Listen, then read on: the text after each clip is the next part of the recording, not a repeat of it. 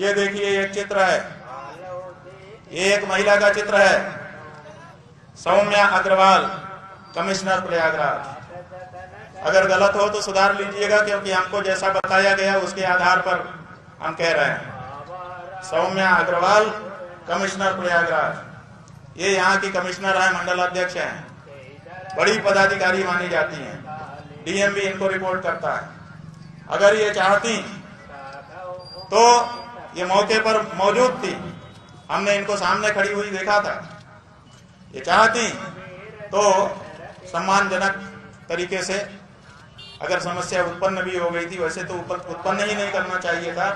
अगर मातहतों ने उत्पन्न कर दिया था तो बड़ा अधिकारी वहां पर मौजूद है, तो उसका ये कार्य है कि वो उसको संभाले।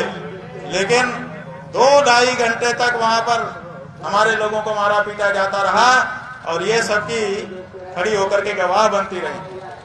ये कमिश्नर बनेंगी, बनाए रखो, तुम्हारी प्रिय होंगी, लेकिन हमारी आंखों से गिर गई।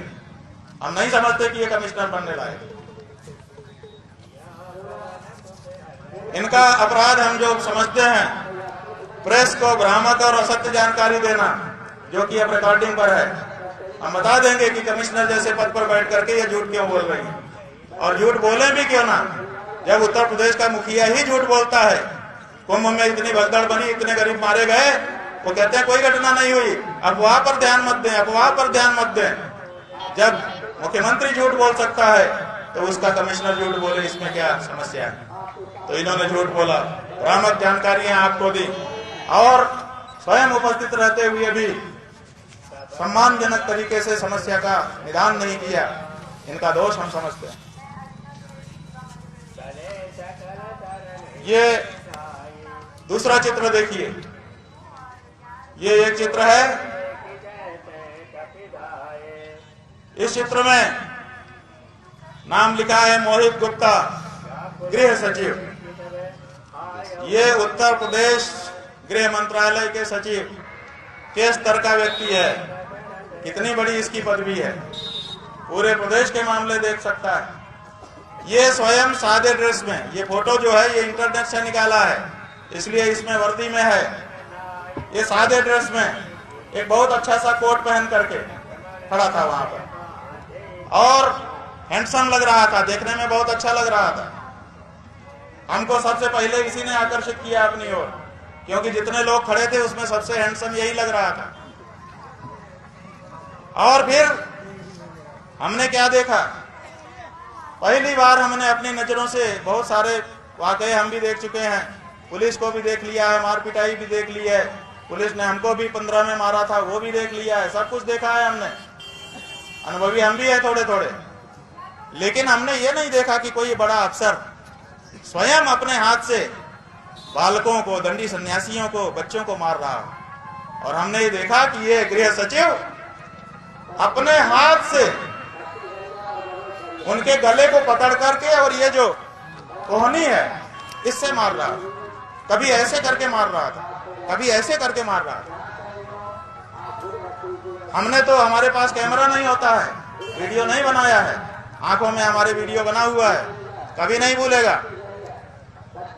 ऐसा भी नहीं है कि वीडियो नहीं बना है, बहुत सारे लोगों ने वीडियो बनाया भी है।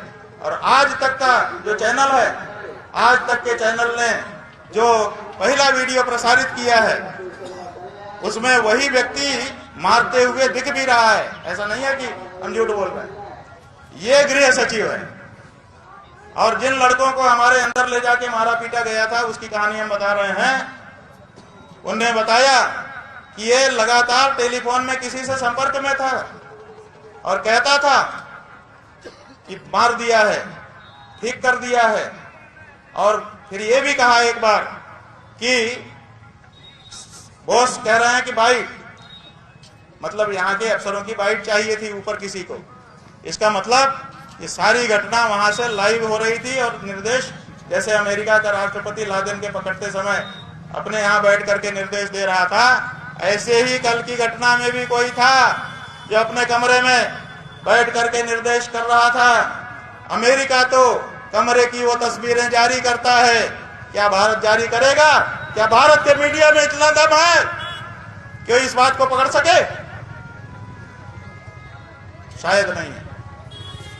ये जो मोहित गुप्ता है बंधुओं, हो सकता है नाम गलत हो, आप लोग करेक्ट कर लीजिएगा, चेहरा यही है। ये जो व्यक्ति है, बताया लोगों ने कि आदित्यनाथ जी का विशेष सचिव है। ये सादे ड्रेस में था, निर्देश लोगों को निर्देश यही दे रहा था।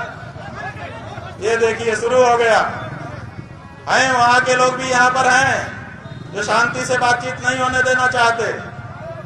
सब जगह उन्होंने भेज रखा है, पकड़ लो इस व्यक्ति को, अलग कर दो, ताकि इसको ये आरोप लगाने का मौका न मिले कि हम शंकराचार्य जी के यहाँ गए थे, हमारे साथ कुछ हो गया। क्योंकि ये इसीलिए आया है कि सारे कैमरे उधर मुड़ जाएं और मामला केवल यही हाईलाइट कर दिया जाए।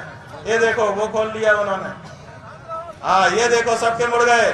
हम जानते हैं एजेंडा आपका क्या है। पुलिस खड़ी है, उसको कोई दिक्कत नहीं है सब होने में। क्यों? क्योंकि वो तो एजेंडे पर है। ये जो व्यक्ति है यही निर्देश दे रहा था, और बच्चों को स्वयं इसने मारा, हमने स्वयं देखा। और ये कह रहा था, डरा रहा था तरह तरह के शब्दों से, और कह रहा था कि तुम लोग अभी कम उम्र के हो, जिंदगी खराब कर देंगे। ये धमकी दे रहा था ये व्यक्ति। ये पुलिस है कि गुंडा है? उसके बाद एक और चेहरा आपको दिखा रहे हैं, ध्यान से देखिए। ये एक चेहरा है, ये एक चेहरा है।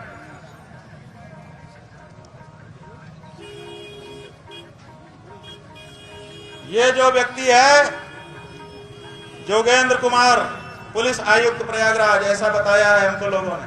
सही है कि नहीं पता नहीं। ये जो व्यक्ति है यही सबसे ज्यादा हठधर्मी वहां पर था। अगर किसी ने बात को बिगाड़ा यही व्यक्ति था। बहुत ही हठधर्मी, बहुत ही दुष्ट प्रकृति का। और यही अनाउंसमेंट बार बार तरह तरह की करके हमको आक्रोश में लाना चाहता था। इसी ने कहा था कि बड़ी गर्मी चढ़ी है, अभी उतारता हूं। किसको गर्मी चढ़ी थी? ये कहता है बड़ी गर्मी चढ़ी है, अभी उतारता हूं। एक बार तो अच्छा मौका आया, ये अनाउंसमेंट कर रहा था कि तरह तरह के आरोप लगा रहा था कि आपका ये अपराध है, ये अपराध है, ये अपराध है, कह रहा था। तो हमने कहा भैया तुमने अपना पक्ष कह लिया, जरा हमको तो हम भी अपनी बात बताएं। तो कहता है ये माइक हमारे लिए है, आपके लिए नहीं, तुम्हारे लिए नहीं। हमने कहा चलो भाई, तुम्हारा प्रशासन का माइक अगर हमारे लिए है ही नहीं है तो कोई बात नहीं। और दूसरा एक अच्छा मौका आया, ये अनाउंसमेंट कर रहा था कि जहां पर बहुत भीड़ है वहां पर इन्होंने अपना रथ खड़ा कर दिया है, जिसके कारण पब्लिक को बड़ी दिक्कत हो रही है। हालांकि वहां नहीं हो रही थी, वो तो एक कोने में था स्थान। तो हमने उससे कहा कि अगर दिक्कत हो रही है तो जवानों को कह कि वहां खड़ा करवा दो जहां खाली है। हमने क्या गलत प्रस्ताव किया? अगर इनको हमको बात भी करना था तो पहले आके यही तो कहना चाहिए था, महाराज जी जरा इधर कर लें, थोड़ा बात करनी है, तो ये एकांत में ले जाते, ये समस्या ही ना उत्पन्न होती। कोई भी व्यवहारिक पुलिस वाला होता तो यही करता कि पहले वो कहता महाराज जी जरा इधर कर लें, अपने को थोड़ी बात करनी पड़ेगी व्यवस्था के संबंध में। तो हम मना कर देते, ले जाता एकांत में, एक जगह पे खड़ा कर लेता, फिर जो भी होता। नहीं, उनके इस आरोप का हम लोग पूर्ण रूप से खंडन करते हैं। जो इससे भी स्पष्ट है कि लगातार हम लोग तीनों चारों लोग उनसे लगातार अनुनय विनय करते रहे कि साहब आकर के आप स्नान कर लीजिए। और जैसा कि हमने कहा कि हम सारे संत महात्माओं का पूर्ण सम्मान करते हैं और आज भी करते हैं, हमेशा करते रहे हैं। पूरा मेला साधुओं का, संतों का, कल्पवासियों का, श्रद्धालुओं का है, तो हम उनका पूर्ण रूप से सम्मान करते हैं, पूरा आदर करते हैं। वो हमारे वंदनीय हैं, पूजनीय हैं, महात्मा हैं, संत हैं, और इस बात का हम पूर्ण रूप से खंडन करते हैं। इसमें मैं स्पष्ट रूप से क्लियर कर देना चाहता हूं, क्योंकि आप लोग भी उसके साक्षी थे। आपत्ति केवल और केवल वाहन के साथ संगम नोस तक जाने की थी।